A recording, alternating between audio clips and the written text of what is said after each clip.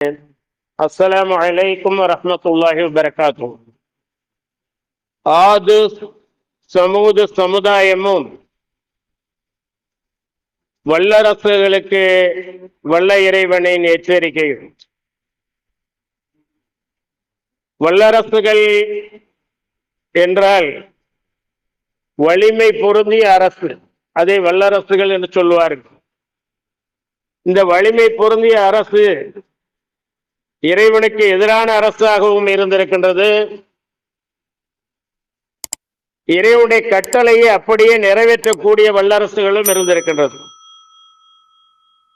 அல்லாஹ் சுப்ஹானஹு வ தஆலா சுலைமான் அலைஹிஸ்ஸலாம் அவர்களுக்கு வழங்கிய வல்லரசு இருக்கிறது, இதுவரையிலும் மனித இனத்தின் ஆதிபிதா ஆதம் அலைஹிஸ்ஸலாத்தில் இருந்து இன்று வரையிலும் எவருக்கும் அத்தகைய ஒரு அரசாட்சி, வலிமை மிக்க அரசாட்சி, ஜின்களுடைய பறவைகளுடைய இன்னும் எல்லா விதமான உயிரினங்களையும் கட்டுப்படுத்தக்கூடிய விதத்திலே ஒரு மாட்சிமை மிக்க அரசாட்சியை வல்லரசை அல்லாஹ் வழங்கினார்.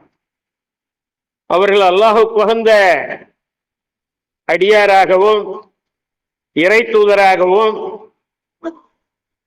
மன்னாதி மன்னராகவும் இருந்து அந்த ஆட்சியை திறம்பட நடத்தினார்கள். அதே நேரத்தில் கொடுங்கோலன் பிரான் அழிச்சாட்டியக்காரன் பிறந்த ஆண் குழந்தைகளை உயிரோடு வெட்டி கொன்றவன். இது நஜ்ஜைனா وَإِذْ نَجَّيْنَاكُمْ مِنْ آلِ فِرْعَوْنَ يَسُومُونَكُمْ سُوءَ الْعَذَابِ يُذَبِّحُونَ أَبْنَاءَكُمْ وَيَسْتَحْيُونَ نِسَاءَكُمْ ذَلِكُمْ بَلَاءٌ مِنْ رَبِّكُمْ عَظِيمٌ. அல்லாஹ் சொல்றான். பனி இஸ்ரவேலர்களை பார்த்து அல்லாஹ் சொல்கிறான், உங்களுடைய ஆண் மக்களை அதிலும் பிறந்த குழந்தையை உயிருடன் கொன்று பெண் மக்களை மட்டும் வாழ விட்டானே அந்த அநியாயக்காரன் பிராவுன், அதிலே உங்களுக்கு ஒரு சோதனை இருக்கிறது என்பதால் அப்படிப்பட்ட அழிச்சாட்டியக்காரர்களும் ஆணவக்காரர்களும் அராஜகக்காரர்களும் சர்வாதிகாரக்காரர்களுக்கும் அல்லாஹ் வல்லரசை கொடுத்தான். நம்ரூது போன்றவர்களுக்கு அல்லாஹுடைய எதிரியான அவனுக்கு ஆட்சியை கொடுத்தான். அதே போல் இறை தூதராக இருந்த யூசுப் அலைஹிஸ்ஸலாம் அவர்களுக்கு ஆட்சியை கொடுத்தான். இப்படி வல்லரசுகள் இறைவனுக்கு ஏற்புடைய கடமைகளை செய்யக்கூடியவர்களாகவும் இருந்திருக்கின்றார்கள். இறைவனை எதிர்க்கக்கூடிய இறைவனுடைய எதிரிகளாக இருக்கக்கூடிய வல்லரசுகளும் இருந்திருக்கிறார்கள். இங்கே ஆது சமூக கூட்டத்தை பற்றி ஏன் சொல்லப்படுகிறதுன்னு சொன்னால், அவர்களுக்கு இருவிதமான எவருக்கும் கொடுக்கப்படாத இருவிதமான ஆற்றல்கள் கொடுக்கப்பட்டிருந்தது. ஒன்று, ஆது சமூகத்தாருக்கு கூட்டத்திற்கு அவர்களைப் போல வலிமை உள்ளவர்கள் எவரும் கிடையாது. இந்த உலகத்திலே படைக்கப்பட்ட மனித படைப்புகளில ஆது கூட்டத்தாரை போல வலிமை உள்ளவர்கள், உடல் வலிமை உள்ளவர்கள் எவரும் கிடையாது. அவர்கள் அந்த அளவுக்கு பலசாலிகளாக இருந்தார்கள். ஒரு நேரத்திலே அவர்கள் எங்களை விட வலிமையானவர் யார் சொல்லு அப்படின்னு யார்கிட்ட கேட்டாங்க? ஹூத் அலைஹிஸ்ஸலாத்துட்ட கேட்கிறாங்க. என்ன நீ பெரிய இறை தூதர்னு வந்துட்ட, எங்களை விட இந்த உலகத்துல யாராவது வலிமை உள்ளவங்க இருக்காங்களா? ஏற்கனவே இருந்தாங்களா? இனிமே இருக்க போறாங்களா? அப்படிப்பட்ட பலசாலிகளாக நாங்கள் இருக்கிறோம். பலவீனமான நீ என்னிட்ட வந்து எங்களை பின்பற்றுங்கள் சொன்னா நாங்க எப்படி பின்பற்றுவோம் என்று சொல்லக்கூடியவர்களாக இருந்தார். பெரும் பெரும் நினைவு சின்னங்களை எழுப்பக்கூடியவர்களாக இருந்தார்கள். ஸ்தூபிகள் என்று சொல்லுகிறார்களே, தூண்வாசிகள் என்று அல்லாஹ் சொல்றான். இரமவாசிகள் அப்படின்னு சொன்னா நினைவு சின்னங்களை. இன்று பிரமிட்டுகள் எல்லாம் இருக்கிறதே, அதெல்லாம் அவர்களுடைய காலத்திலே உருவாக்கப்பட்டதுதான். இன்று வரையிலும் அங்கிருக்கக்கூடிய சிலைகள் உருவ வழிபாடு உள்ளவர்களை அந்த உருவ வழிபாட்டுக்காக அவர்கள் செய்த சிலைகளை முற்றிலுமாக சிதைக்க முடியவில்லை. அவருடைய கை எடுக்கப்பட்டிருக்கிறது, முகம் எடுக்கப்பட்டிருக்கிறது, இப்படித்தான் இருக்கிறதே தவிர முழுமையாக அதை அகற்ற முடியவில்லை. அப்படியானால் எப்படிப்பட்ட பலம் உள்ளவர்களாக அவர்கள் இருந்திருப்பார்கள் என்பது பாருங்கள். அப்படிப்பட்ட ஒரு பலம் அவர்களுக்கு வழங்கப்பட்டது. அத்தகைய பலசாலிகள் அவர்களிடத்திலேதான் ஹூத் நபி அலைஹிஸ்ஸலாம் அவர்கள் இறை தூதராக சென்றார்கள். وإلى عاد أخاهم هودا قال يا قوم اعبدوا الله ما لكم من إله غيره أفلا تتقون. இன்னும் ஆது கூட்டத்தாரிடம் அவர்களுடைய சகோதரர் ஹூதை இறை தூதராக அனுப்பி வைத்தோம். அவர், என் சமூகத்தாரே, நீங்கள் அல்லாஹ்வே வணங்குங்கள், அவனை அன்றி உங்களுக்கு வேறு கடவுள் இல்லை, நீங்கள் அவனுக்கு பயப்பட வேண்டாமா என்று கேட்டார். அவருடைய சமூகத்தாரில் நிராகரித்த தலைவர்கள், ஏற்றுக்கொள்ளாதவர்கள் அவரை நோக்கி, நிச்சயமாக நாங்கள் உம்மை மடமையில் மூழ்கி கிடப்பவராகவே காண்கிறோம், மேலும் நிச்சயமாக நாம் உம்மை பொய்யர்களில் ஒருவராக கருதுகிறோம் என்று கூறினார்கள். அதற்கு ஹூத் அலைஹிஸ்ஸலாம் அவர்கள் கூறுகிறார்கள், காலையா கோமி லைசபி சஃபாஹத்துன் வலாக்கின்னி ரசூலும் மிர் ரப்பில் ஆலமீன். அதற்கு அவர், என் சமூகத்தாரே, எந்த மடமையும் என்னிடம் இல்லை, மாறாக நான் அகிலத்தாரின் இறைவனுடைய தூதனாவேன் என்று கூறினார். ஏன் இவ்வாறு அவர்கள் சொன்னார்கள் சொன்னால், நம்மை போன்ற ஒருவருக்கா இறைவன் வேதத்தை அருளியிருப்பான், இறை தூதராக ஆக்கியிருப்பான் என்று அவர்கள் இவர்களை மடையர் என்று சொன்னார்கள்.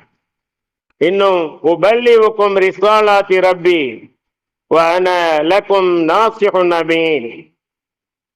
நான் என் இறைவனுடைய தூது செய்தியே உங்களுக்கு எத்தி வைக்கிறேன், மேலும் நான் உங்களுக்கு நம்பிக்கையான உபதேசியாகவும் இருக்கின்றேன் என்றும் கூறினார். உங்களை அச்சமூட்டி எச்சரிக்கை செய்வதற்காக உங்களில் உள்ள ஒரு மனிதருக்கு உங்கள் இறைவனிடமிருந்து நற்போதனை வந்துள்ளது, அது பற்றி நீங்கள் ஆச்சரியப்படுகிறீர்களா? நீங்கள் வழிகேட்டில் இருக்கிறீர்கள், உங்களை நேர்வழிப்படுத்துவதற்காக என்ன இறை தூதராக தேர்ந்தெடுத்து இவ்வாறெல்லாம் செய்யாதீர்கள், இவ்வாறு செய்யுங்கள் என்று சொல்வதற்காக நான் அனுப்பப்பட்டது உங்களுக்கு ஆச்சரியமாக இருக்கிறதா? நூஹுடைய சமூகத்தாருக்கு பின்னர் அவன் உங்களை பூமியில் பின் தோன்றல்களாக ஆக்கி வைத்து உங்கள் உடலில் பலத்தையும் அதிகமாக்கியதை நினைவு கூறுங்கள். எனவே அல்லாஹ்வின் அருட்கொடைகளை எல்லாம் நினைத்து பாருங்கள், நீங்கள் வெற்றி பெறுவீர்கள் என்று சொன்னார். அதற்கு அவர்கள், எங்கள் மூதாதையர்கள் வணங்கி கொண்டிருந்தவற்றை விட்டுவிட்டு அல்லாஹ் ஒருவனையே நாங்கள் வணங்க வேண்டும் என்பதற்காகவா நீர் எங்களிடம் வந்திருக்கிறீர்? நீர் உண்மையானவர்கள் உள்ளவராக இருந்தால் நீர் எங்களுக்கு வாக்களிப்பதை எங்களிடம் கொண்டு வாரும் என்று கூறினார். அல்லாஹ்வை மட்டும் வணங்குங்க, அல்லாஹ் உங்களுக்கு வழங்கிய நியாமத்துகளுக்கு நன்றி செலுத்துங்க, நான் உங்களுக்கு உண்மையை கொண்டு வந்திருக்கிறேன் என்று சொன்ன போது, அப்படி நாங்கள் வணங்காவிட்டால், உண்மை பின்பற்றாவிட்டால் எங்களுக்கு என்ன என்று கேட்கிற போது, அல்லாஹுடைய வேதனை உங்களை வந்து அடைந்திடும் என்று நான் பயப்படுகிறேன் என்று சொன்ன போது, வேதனையை கொண்டு வா முதல்ல. அவர்கள் சொன்னது என்ன? வேதனையை கொண்டு வாருங்கள் முதலிலே, அது பிறகு பார்த்துக்கலாம். எந்த வேதனையை நீர் கூறுகிறீரோ அந்த வேதனையை கொண்டு வாருங்கள். இவ்வளவு பலசாலிகளாக இருக்கிற எங்களுக்கு வேதனையா என்று கேட்டபோது அல்லாஹ் சொல்லுகிறான், உங்களை எல்லாம் படைத்த அல்லாஹ் மிகப்பெரிய பலசாலி இல்லையா? நீ தான் பலசாலின்னு நினைச்சுக்கிட்டு இருக்க. உன்னை படைத்த ரப்புல் ஆலமீன் எவ்வளவு பெரிய பலசாலி. அதற்கு அவர், உங்களுடைய இறைவனிடமிருந்து கோபமும் வேதனையும் உங்களுக்கு ஏற்பட்டு விட்டது. அல்லாஹ் எந்த ஒரு ஆதாரத்தையும் இறக்கி வைக்காத நிலையில் நீங்களும் உங்களுடைய முன்னோர்களும் பெயர் சூட்டி கொண்டீர்களே, அந்த பெயர்கள் விஷயத்திலா என்னிடத்திலே நீங்கள் தர்க்கம் செய்கிறீர்கள்? எனவே உங்கள் வேதனையை நீங்கள் எதிர்பார்த்து கொண்டிருங்கள், நிச்சயமாக நானும் உங்களோடு எதிர்பார்ப்பவர்கள் இருக்கிறேன் என்று கூறினார். அந்த அளவுக்கு அல்லாஹுடைய வேதனை அவர்களை வந்து அடைய போகிறது. அவர்கள் அந்த அளவுக்கு மடமையிலே மூழ்கி கிடக்கிறார்கள். இவ்வளவு வலிமை நமக்கு இருக்கிறதே, மற்றவர்களுக்கு இல்லையே, இதையெல்லாம் கொடுத்தது யாருன்னு சற்றும் சிந்தித்து பார்க்கவில்லை அவர்கள். ஆகவே நாம் அவரையும் ஹூதையும் அவருடன் இருந்தவர்களையும் நம்முடைய அருளை கொண்டு காப்பாற்றினோம். நம் வசனங்களை நம்பிக்கை கொள்ளாமல் இருந்தவர்களை நாம் வேறறுத்து விட்டோம் என்று அல்லாஹ் கூறுகின்றார். அல்லாஹ் பாதுகாக்க வேண்டும். எவ்வளவு பெரிய பலமிக்க சமுதாயம்! அவர்கள் கட்டிய நினைவு சின்னங்கள், அவர்களுடைய மாளிகைகள் அவர்கள் வசிப்பதற்காக கட்டியிருந்தார்கள். இதல்லாமல் அவர்களுடைய நினைவு சின்னங்கள் தான் அவர்கள் அழிக்கப்பட்ட பிறகு இருந்ததே தவிர அவர்கள் இருக்கவே இல்லை என்று அல்லாஹ் சுப்ஹானஹு வ தஆலா திருமறை குர்ஆனிலே கூறுகின்றார். அல்லாஹுடைய அந்த வசனங்கள் உண்மையானவை என்பதற்கு எடுத்துக்காட்டாக பல விஷயங்களை அல்லாஹ் கூறுகின்றான். அதிலே அவர்கள் அழிக்கப்பட்ட விதத்தை அல்லாஹ் சொல்லும் போது அவர்கள்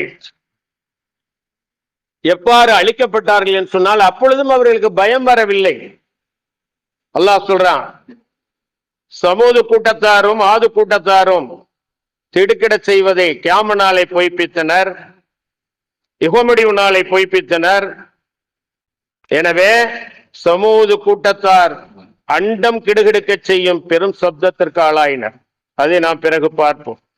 இன்னும் ஆது கூட்டத்தாரோ பேரொளியுடன் வேகமாக சுழன்று அடித்த கொடுங்காற்றினால் அவர்கள் அழிக்கப்பட்டனர். அவர்களை நோக்கி மேகங்கள் திரண்டு அவர்களை அழிப்பதற்காக வந்து கொண்டிருக்கிறது. ஆனால் அவர்கள் என்ன சொன்னார்கள்? இது நமக்கு மழையை கொண்டு வருகிறது, இன்னும் நாம் வளமாக வசதியாக செழிப்பமாக வாழப்போகிறோம் என்று அவர்கள் நினைத்துக் கொண்டிருந்தார்கள். அப்படி நினைத்த நேரத்திலே அல்லாஹ் சுப்ஹானஹு வ தஆலா அது கடுமையான குளிர் உள்ள காற்றாக, கடும் புயலாக 7 இரவுகள் 8 பகல்கள். இவர்கள் பலமிக்கவர்கள் இல்லையா? இவர்களை எந்த அளவுக்கு அது தாக்க வேண்டுமோ அந்த அளவுக்கு தாக்கப்பட்ட நிலையிலே பெரும் ஈச்ச மரங்கள் பிடுங்கி எரியப்பட்டால் எப்படி அவர்கள் எரியப்படுவார்களோ அதுபோல அவர்கள் தங்களுடைய வீடுகளிலும் அந்த ஊரிலும் அழிந்து மடிந்து கிடந்தார்கள். அவர்களுடைய இல்லங்களை தவிர, அவர்களுடைய நினைவு தூண்கள் ஸ்தூபிகளை தவிர, அவர்களுடைய பிரமிட்டுகளை தவிர வேறு எதுவும் எஞ்சிருக்கவில்லை. அவர்களையும் சரி, அவர்களுடைய சந்ததிகளையும் சரி, அவர்களுடைய குடும்பத்தார்களான பெண்களையும் சரி ஆண்களையும் சரி அல்லாஹ் விட்டு வைக்கவில்லை. ஆனால் ஹூதையும் அலைஹிஸ்ஸலாம் அவர்களையும் அவர்களுடன் நம்பிக்கை கொண்டவர்களையும் அல்லாஹ் காப்பாற்றினான்.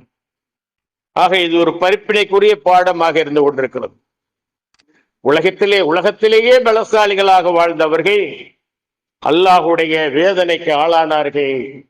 அவர்களை அழிப்பதற்காக அல்லாஹ் அனுப்பிய காற்று 7 இரவுகளும் 8 பகல்களும் சுழன்று அடித்து அவர்களில் ஒருவரையும் விட்டு வைக்கவில்லை. அல்லாஹ் சுப்ஹானஹு வ தஆலா பாதுகாக்க வேண்டும். இவ்வாறுதான் சமூது கூட்டத்தாரை பொறுத்தவரையிலும் அவர்கள் என்னவென்று சொன்னால் நிறைய கட்டடக்கலைகளை, அவர்கள் கட்டடங்களை கட்டுவதிலே மிகவும் ஆற்றல் உள்ளவர்களாக இருந்தார்கள். அவர்களை பற்றி அல்லாஹ் சொல்கிறான், வலகது கஸப அஸ்ஹாபுல் ஹிஜ்ரில் முர்ஸலீன் வஆதைனாஹும் ஆயாத்தினா ஃபகானூ அன்ஹா முஅரிதூன் ஃபகானூ யன்ஹிதூன மினல் ஜிபாலி புயூதன் ஆமினீன். இவ்வாறு சமூகத்தார் ஹிஜ்ர் வாசிகள்ங்கிறான், மலைப்பாறை வாசிகள்ங்கிறான். மலைகள், அடுக்கடுக்கான மலைகளுக்கு மத்தியில மதினாவுக்கு பக்கத்தில் அது இருக்கிறது. அதில் அவர்கள் வாழ்ந்தவர்கள் மலைகளை குடைந்து வீடுகளை அமைத்துக் கொண்டதாக அல்லாஹ் சொல்றான். அவர்கள் கட்டி தங்குறதுக்காக தனியா மாளிகைகளும் பூமியிலே கட்டினார்கள், நிலப்பகுதிகளிலே கட்டினார்கள். அது அல்லாமல் அவர்களுடைய ஆற்றலால் மலைகளை குடைந்து அவர்களுக்கு வேண்டிய அந்த ரூம்களை, அந்த குடியிருப்புகளை அமைத்துக் கொண்டதாக சொல்கிறான். இவ்வாறே சமூகத்தாரான ஹிஜ்ர் வாசிகள், மலைப்பாறை வாசிகள் நம் தூதர்களை பொய்யாக்கினர். அவர்களுக்கு நாம் நம் அத்தாட்சிகளை கொடுத்தோம். அவர்கள் அவற்றை புறக்கணித்தவர்களாகவே இருந்தார்கள். அவர்கள் மலைகளிலிருந்து வீடுகளை குடைந்து அவற்றில் அச்சமற்று இருந்தனர். அவர்களுக்கு பயமே இல்லை. எவ்வளவு பெரிய புயலா இருந்தாலும் மழையா இருந்தாலும் அவர்களுக்கு கவலை இல்லாத நிலையிலே அவர்கள் பாதுகாப்பாக வாழ்ந்தார்கள் மலைகளை குடைந்து. அப்போது அவர்கள் தம் பாதுகாப்புக்கென சம்பாதித்துக் கொண்டிருந்தவை எதுவும் அவர்களுக்கு ஒரு பலனும் அளிக்கவில்லை. நாம் வானங்களையும் பூமியையும் இவ்விரண்டையும் உள்ளவற்றையும் உண்மையை கொண்டே அல்லாது படைக்கவில்லை. இந்த சமூக கூட்டத்தாரிடம் சாலிஹ் அலைஹிஸ்ஸலாம் அவர்கள் வந்து அவர்களுக்கு ஏகத்துவத்தை, ஏக இறைவனை மட்டுமே வணங்க வேண்டும் என்பதை அவர்கள் எடுத்து சொன்னார்கள். உடனே அவர்கள் என்ன செய்தார்கள்? ஏக இறைவனை மட்டும்தான் வணங்கணுமா? நீங்க யார், இறை தூதரா? ஒரு ஆதாரத்தை கொடுங்க. ஆதாரம் எப்படிப்பட்டதாக இருக்க வேண்டும்? நாங்க கேட்கிற ஆதாரத்தை நீங்க கொடுக்க வேண்டும். அப்படி கொடுத்தால்தான் நீங்கள் இறை தூதர் என்று நம்புவோம், உடனே ஈமான் கொள்வோம், நம்பிக்கை கொள்வோம் என்றார்கள். சரி, என்ன நீங்கள் கேட்கிறீர்கள்? அதே போல நபி ஸல்லல்லாஹு அலைஹி வஸல்லம் அவர்களிடமும் கேட்டார்கள். நபி ஸல்லல்லாஹு அலைஹி வஸல்லம் அவர்கள் எல்லா இடத்துல கேட்கும்போது ஜிப்ரீல் அலைஹிஸ்ஸலாம் சொன்னாங்க, ஆதாரத்தை தந்த பிறகு அவர்கள் ஈமான் கொள்ளவில்லை என்றால் அல்லாஹ்வுடைய பிடி கடுமையா இருக்கும். நீங்க என்ன சொல்றீங்க? அப்படின்னா வேணாம், பிறகாவது அவங்க வருவாங்க, அழிச்சிடாதீங்க அப்படின்னு சொல்லி நபி ஸல்லல்லாஹு அலைஹி வஸல்லம் சொன்னாங்க. இந்த இடத்திலே நீங்கள் ஆதாரத்தை பார்த்த பின்னரும் உங்கள் ஆற்றல்களால் நீங்கள் எந்த அளவுக்கு மலைகளை குடைந்து அதில் வீடுகளை அமைத்திருக்கிறீர்களோ அதே போல ஒரு மலையை காட்டி சொல்றாங்க, இந்த மலை வெடிக்கணும், இந்த மலை பிளந்து அதிலிருந்து ஒரு பெண் ஒட்டகம் வர வேண்டும், பெண் ஒட்டகமும் நிறைமாத கர்ப்பமுள்ள ஒட்டகமாக வர வேண்டும், அது வந்த உடனே குட்டிகின்ற மாதிரி அது வர வேண்டும் என்று. அதே போல அல்லாஹ்விடம் அவர்கள் பிரார்த்தித்தார்கள். அல்லாஹ் அந்த நேரத்திலேயே சாலிஹ் அலைஹிஸ்ஸலாத்துதான் சொன்னோம், ஆதாரத்தை அவங்க கேட்ட மாதிரியே கொடுப்போம், அவர்கள நம்பிக்கை கொள்ளாதவர்களை கடுமையா பிடிப்போம். என்ன சொல்றீங்க? இவர்கள் ஆதாரம் வந்தால் நம்பிக்கை கொடுறேன்னு சொல்றாங்க. அல்லாஹ் ஆதாரத்தை கொடுன்னு சொன்ன உடனே பாறை வெடிக்குது, பிளக்குது, அதிலிருந்து நிறைமாத கர்ப்பம் உள்ள ஒரு பெண் ஒட்டகம் வெளிப்படுது. இப்படி வெளியான உடனே ஒரு சிறு தொகையினர் என்ன செய்யறாங்கன்னு சொன்னா, லா இலாஹ இல்லல்லாஹ் ஸாலிஹுர் ரசூலுல்லாஹ் என்று சொல்லி அவர்கள் கலிமா சொல்லிடுறாங்க. ஆனால் பெரும்பாலானவர்கள் என்ன, இது சூனியம்தான், இவர் சூனிய வேலை பார்த்துட்டார் அப்படின்னு சொல்லிட்டு அவர்கள் அதை நம்பவே இல்லை. கொண்டு வந்தா நம்புறோம்னு சொல்லவங்க பெரும்பாலானவர்கள் நம்பல. அப்ப சாலிஹ் அலைஹிஸ்ஸலாம் சொன்னாங்க, ஆதாரம் கேட்டீங்க கொண்டு வந்தாச்சு, அத்தாட்சி கேட்டீங்க கொண்டு வந்தாச்சு, இப்ப இதற்கு மேலும் நீங்கள் நம்பவில்லை என்றால் இந்த கிணற்றில பிரதான கிணறு, ஊருக்கே பயன்படக்கூடிய கிணறு, இந்த கிணற்றிலே ஒரு நாள் இந்த ஒட்டகம் தண்ணீர் குடிக்கும். அந்த நாள்ல யாரும் தண்ணீர் குடிக்க வரக்கூடாது, யாரும் தண்ணீர் குடிக்க கூடாது மனிதர்கள். இந்த ஒட்டகத்திற்கு, அல்லாஹ்வுடைய ஒட்டகத்திற்கு ஒரு நாள், அடுத்த நாள் அது தண்ணீர் குடிக்காது, உங்களுக்கு ஒரு நாள். இப்ப கிணத்துல ஊறக்கூடிய தண்ணீரை ஒரு நாள் அதற்கும் ஒரு நாள் உங்களுக்குமாக பிரித்து அதன்படி நடந்து கொள்ளுங்கள். அதே நேரத்திலே இந்த ஒட்டகம் குட்டி ஈண்டு விட்டது, இந்த ஒட்டகத்திலே நீங்கள் பாலையும் கறந்து கொள்ளலாம். ஒட்டகத்திலே, அதாவது இவர்களுடைய ஒட்டகம் மாட்டே இல்லை, அல்லாஹ் இடத்துல வந்த ஒட்டகம் அது பிரம்மாண்டமான ஒட்டகமாக இருந்தது. அதே போல அந்த கிணத்துல உள்ள தண்ணி எல்லாத்தையும் குடிச்சிடும். அதே போல பால் கறக்கிறதும் அந்த மாதிரி கறக்கும். அப்ப நீங்க தண்ணீர் குடிக்கக்கூடிய அந்த நாட்களிலேயே நீங்கள் பாலை கறந்து கொள்ளலாம்.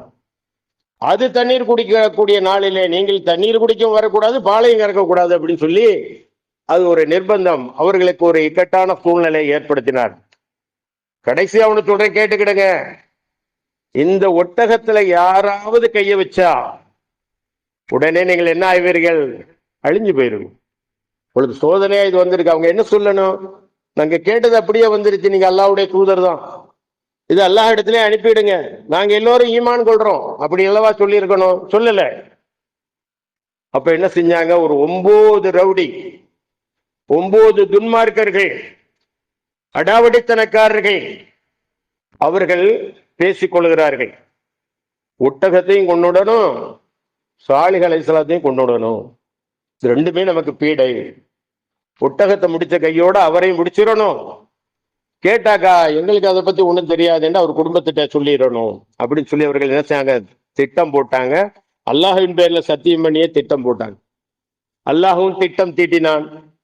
யாரு அந்த ஒட்டகத்தை நெருங்கிறதுனா ஒரு மோசமானவன், மிகவும் துன்மார்க்கனா உள்ளவன், அவன் தான் அந்த ஒட்டகத்தை நெருங்கினான். அப்போ சொல்றாங்க சாலிஹ் அலைஹிஸ்ஸலாம், அப்படி இருந்து அவர்கள் கேட்கல. அந்த ஒட்டகத்தின் கால் நரம்பை தரித்தார்கள், அந்த ஒட்டகத்தை கொன்றார்கள், அதனுடைய இறைச்சிகளை சாப்பிட்டார்கள். பிறகு அல்லாஹ் சுப்ஹானஹு வ தஆலாவுடைய உத்தரவு வந்து சாலிஹ் அலைஹிஸ்ஸலாம் அவர்கள் சொன்னார்கள், ஆற்றல் மிக்க சமுதாயம், அறிவுள்ள சமுதாயம், அறிவில்லாம இல்ல உங்களுக்கு, ஆற்றல்களோடு அல்லாஹ் நல்ல அறிவையும் கொடுத்திருந்தான். ஆனால் ஈமான் கொள்ளாமல், இறை நம்பிக்கை கொள்ளாமல் அவர்கள் அழிந்தார்கள். இறை நம்பிக்கை கொண்டவர்கள் இருவருமாக தர்க்கித்துக் கொள்கிறார்கள். நீ சொன்னீங்களா இல்லையா, ஒட்டகம் வந்தாக்கா நம்பிக்கை கொள்றோம்ட்டு, இப்ப நாங்க நம்பிக்கை கொண்டோமே, நீங்களும் நம்பிக்கை கொள்ளுங்களேன் அப்படின்னு சொல்லி இந்த நம்பிக்கை கொண்டவர்கள் கேட்கிறாங்க.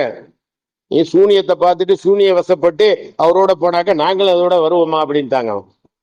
அப்ப சாலிஹ் அலைஹிஸ்ஸலாம் சொன்னாங்க, எதை செய்யக்கூடாது என்று சொன்னேனோ அதை நீங்கள் செய்து விட்டீர்கள். 3 நாள் உங்களுக்கு அவகாசம் இருக்கிறது, அதற்கு பிறகு உங்களுக்கு அழிவு இருக்கிறது. உடனே இவர்களுக்கு பயம் வந்துருச்சு. இந்த மாதிரியான செய்தியை சொல்ற வரையும் கொண்டு முடிவு பண்ணாங்க. 3 நாட்கள் முடிந்தது. அவர்கள் பயந்து கொண்டு தங்களுடைய இல்லங்களில, எந்த இல்லங்களில பாதுகாப்பாக அவர்கள் மலைகளை குடைந்து கட்டினார்கள், அந்த இல்லங்களிலே அவர்கள் பாதுகாப்பாக இருந்தும் அல்லாஹ் ஒரே ஒரு சப்தத்தை, இடிக்கிற இடி மாதிரி அல்ல, இந்த இடியை தாங்க முடியல, காதுல கை விரல வைக்கிறோம், அப்ப அல்லாஹ் கொடுத்த அந்த சத்தமானது அவர்களை சிதைத்து விட்டது. கூலங்களை எப்படி கொண்டுட்டு போய் கொட்டுவோம், அதுபோல் அவர்கள் கொட்டப்பட்டு விட்டார்கள். அல்லாஹ் அந்த ஒரு சப்தம் தான், காது பிஞ்சு போயிடுச்சு, இதயம் பிஞ்சு போயிடுச்சு, உடல்கள் எல்லாம் பிஞ்சு போயிட்டது. அதெல்லாம் பறக்கக்கூடிய விதத்தில மாட்டின் வாயில் மாட்டிய வைக்கோலை விட மோசமாக அவர்கள் சிதைக்கப்பட்டார்கள், சின்ன பின்னப்படுத்தப்பட்டார்கள். அல்லாஹ் இந்த இருவரையும் உதாரணமாக சொல்வது எதற்காக என்று சொன்னால், ஆற்றல் மிக்கவர்கள் ஒரு சாரார், பலமிக்கவர்கள் மறுசாரார். இவர்களுடைய ஆணவம், அழிச்சாட்டியம் அவர்களை எந்த அளவுக்கு அழிவுக்கு கொண்டு சென்றது என்பதை சுட்டிக்காட்டி, அன்று இருந்த வல்லரசுகளானாலும் சரி, இன்று இருக்கும் வல்லரசுகளானாலும் சரி, இனி யுக முடிவு நாள் வரையிலும் வரக்கூடிய எவ்வளவு பெரிய வல்லரசாக இருந்தாலும் சரி, அவர்கள் செய்யக்கூடிய அநியாயங்களை, அவர்கள் செய்யக்கூடிய அக்கிரமங்களை, அவர்கள் நாடு பிடிப்பதை, மற்ற நாடுகளை அடிமையாக்குவதை, மற்ற நாடுகளுடைய பொருளாதாரத்தை சுரண்டுவதை, மற்ற நாடுகளுக்கு ஆயுதங்களை விட்டு இரு நாடுகள் நேசமாக இருக்கும் போது அந்த நேசத்துக்கிடையிலே பிளவை ஏற்படுத்தி அவர்களுக்கிடையே இந்த ஆயுதங்கள் எந்த அளவுக்கு வேலை செய்கிறது என்பதற்காக அவர்களுக்குள்ளேயே போரை மூட்டுவது. அமெரிக்கா நம்ம சமகாலத்திலே இதெல்லாம் செஞ்சான், ஈரானுக்கும் ஈராக்கும் அந்த மாதிரி எல்லாம் கொடுத்து செஞ்சான். ஈரான் எதிரி, ஈராக் நண்பன், நண்பனு கொடுத்த அடி அவனை அப்படின்னு சொல்லி சொன்னான். ஆக இந்த மாதிரி இவர்கள் எதையெல்லாம் அநியாயமாக செய்து கொண்டிருக்கிறார்களோ அவைகளை எல்லாம் அல்லாஹ் சுப்ஹானஹு வ தஆலா பார்க்காம இருக்கிறான்னு நினைக்க வேணாம், ஒண்ணு கண்டுக்கிடாம இருக்கிறான். ஆட்சி அதிகாரங்களை கொடுத்த ரப்புல் ஆலமீன் இவர்கள் எவ்வாறு ஆட்சி செய்கிறார்கள் என்பதை உன்னிப்பாக கவனித்துக் கொண்டிருக்கிறான். இவர்களிடத்திலே உள்ள நன்மைகளையும் அல்லாஹ் பதிவு செய்கிறான், இவர்களிடம் உள்ள அட்டூழியங்களையும் அநியாயங்களையும் அல்லாஹ் பதிவு செய்கிறான். எத்தனையோ ஆட்சியாளர்கள் நிலைகுலைந்து தடுமாறி ஆட்சி இருந்த இடமே தெரியாமல் போனது.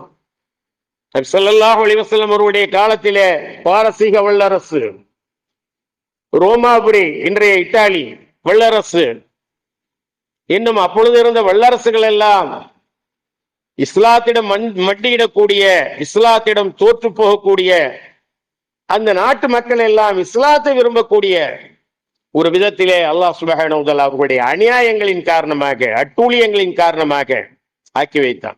என்றும் வல்லரசு என்று தன்னை பீற்றிக் கொண்டு, நான் தான் வல்லரசு, நான் தான் உலகின் சட்டாம்பிள்ளை என்று சொல்லிக் கொண்டு இன்று அடக்குமுறைகளை கட்டவிழ்த்து விட்டுக் கொண்டிருக்கும் அமெரிக்காவிலே பெரும்பாலானவர்கள் இஸ்லாத்திற்கு வந்து கொண்டிருக்கிறார். கொஞ்ச நெஞ்சம் அல்ல, பல கிறிஸ்துவ ஆலயங்கள் பள்ளிவாசல்களாக மாறக்கூடிய விதத்திலே அணி அணியாக அலை அலையாக ஏகத்துவத்தை நோக்கி, ஏக இறைவனை நோக்கி, சத்திய மார்க்கத்தை நோக்கி வந்து கொண்டிருக்கிறார்கள். இன்று வெற்றி பெற்றாரே, இப்பொழுது இரண்டாவது தடவையாக வெற்றி பெற்றிருக்கிறாரே ட்ரம்ப், அவர் சொல்லுகிறார் இஸ்லாமியர்களுடைய ஓட்டுதான் என்னை வெற்றி பெற வைத்தது என்று. இந்த போரை முடிவுக்கு நான் கொண்டு வருவேன். அது உக்ரைன் போராக இருந்தாலும் சரி, அல்லது காசாவை தாக்குகிறார்களே இஸ்ரேலியர்கள், அது இஸ்ரேலிய பலஸ்தீன போராக இருந்தாலும் சரி, அதை நான் முடிவுக்கு கொண்டு வருவேன் என்று சொல்கிறார்.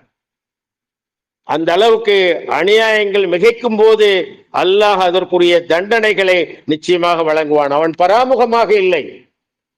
நாம் சில சமயங்களிலே சில விஷயங்களுக்கு அவசரப்படுவோம். மனிதன் பலகீனனாக படைக்கப்பட்டிருக்கிறான்.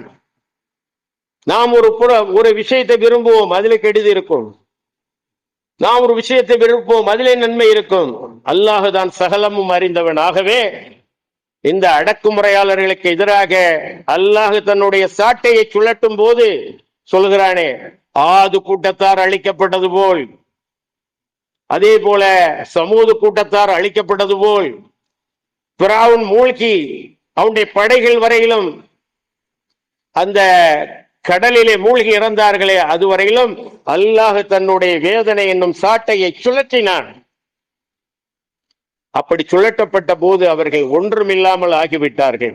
இப்பொழுதும் தன்னை பெரியவர்கள் என்று சொல்லக்கூடக்கூடியவர்கள், வல்லரசுகள் என்று சொல்லிக் கொள்ளக்கூடியவர்கள் அல்லாஹுவை நினைத்து பயந்து அராஜகங்களிலே, அநியாயங்களிலே, அட்டூழியங்களிலே ஈடுபடாமல் இருந்தால் அவர்களை அல்லாஹ் நாடினால் இன்னும் கொஞ்ச காலம் அவர்களுடைய ஆட்சியை நிலைப்படுத்துவார். ஆனால் அவர்களுடைய அநியாயங்கள் தொடர்ந்து நடந்து கொண்டே இருந்தால், அவர்களுடைய அநியாயத்திற்கு ஆளானார்களே, அவர்களுக்கு அல்லாஹ் சொர்க்கத்தை வழங்குவான். ஆனால் அநீதி இழைக்கப்பட்ட அவர்களுடைய பிரார்த்தனையானது 7 வானங்களையும் கடந்து அரிசை நேராக சென்றடையும். அதில் எந்த விதத்திலும் தடையே இருக்காது. நான் ஸ்டாப்பாக அநீதி இழைக்கப்பட்டவரின் பிரார்த்தனை அரிசை, அல்லாஹுடைய சிம்மாசனத்தை சென்றடையும். அதன் மூலமாக அநியாயக்காரர்களுக்கு அல்லாஹ் பாடம் புகற்றுவான். அதனால்தான் அன்றும் வல்லரசுகளுக்கு எச்சரிக்கை, இன்றும் எச்சரிக்கை. அல்லாஹுடைய எச்சரிக்கை, அதனுடைய முடிவு அவர்கள் எச்சரிக்கைக்கு பயப்படவில்லை என்றால் மிகவும் கடுமையானதாக இருக்கும். உதாரணத்துக்கு, ஆற்றலாலும் பலத்தாலும் மிகைத்த இந்த இரு சமூகத்தாரை, ஆது சமூக கூட்டத்தை அல்லாஹ் உதாரணமாக காட்டி, இன்னும் ஏராளமான கெட்டவர்களை, கெட்ட ஆட்சியை அழித்திருப்பதையும் சுட்டி காட்டி, நான் பராமுகமாக இல்லை, சதாவும் காரியத்திலே இருக்கிறேன், படைத்தலும் காத்தலும் அழித்தலும் என்னுடைய புறத்திலே இருக்கிறது. ஆகவே வல்லரசுகளே எச்சரிக்கையாக இருங்கள். என்னுடைய தண்டனை வரும்போது உங்களுடைய ஆயுதங்கள் உங்களை காப்பாற்றாது, உங்களுடைய ஆட்சி அதிகாரம் உங்களை காப்பாற்றாது. நிச்சயமாக நான் உங்களை எல்லாம் மிகைத்து உங்களுக்கு வேதனை அளிப்பேன் என்று அல்லாஹுடைய எச்சரிக்கை இருந்து கொண்டிருக்கிற காரணத்தினாலே அவர்கள் எச்சரிக்கை அடைந்து அநியாயங்களை நிறுத்திக் கொள்ள வேண்டும். இல்லாவிட்டால் ஏற்கனவே அழிந்தவர்கள் போன்று அவர்களும் அழிய வேண்டும். அத்தகைய அழிவுக்காரர்களுடைய படிப்பினமிக்க வரலாறுகள் நமக்கு இருந்து கொண்டே இருக்கின்றன. ஆகவே அல்லாஹுவை பயப்பட வேண்டிய முறையிலே பயந்து அவனுடைய கட்டளைகளை ஏற்று நடந்து அவன் தடுத்திருப்ப விட்டும் விலகி நல்ல மனிதர்களாக வாழ்ந்து அல்லாஹுடைய நம்பிக்கைக்கும் அல்லாஹுடைய திருப்திக்கும் உரியவர்களாக மரணிக்க அல்லாஹ் உங்களையும் என்னையும் ஆய்க்கருள்வானாக என்று கேட்டு முதல் உரை நிறைவு செய்கிறேன்.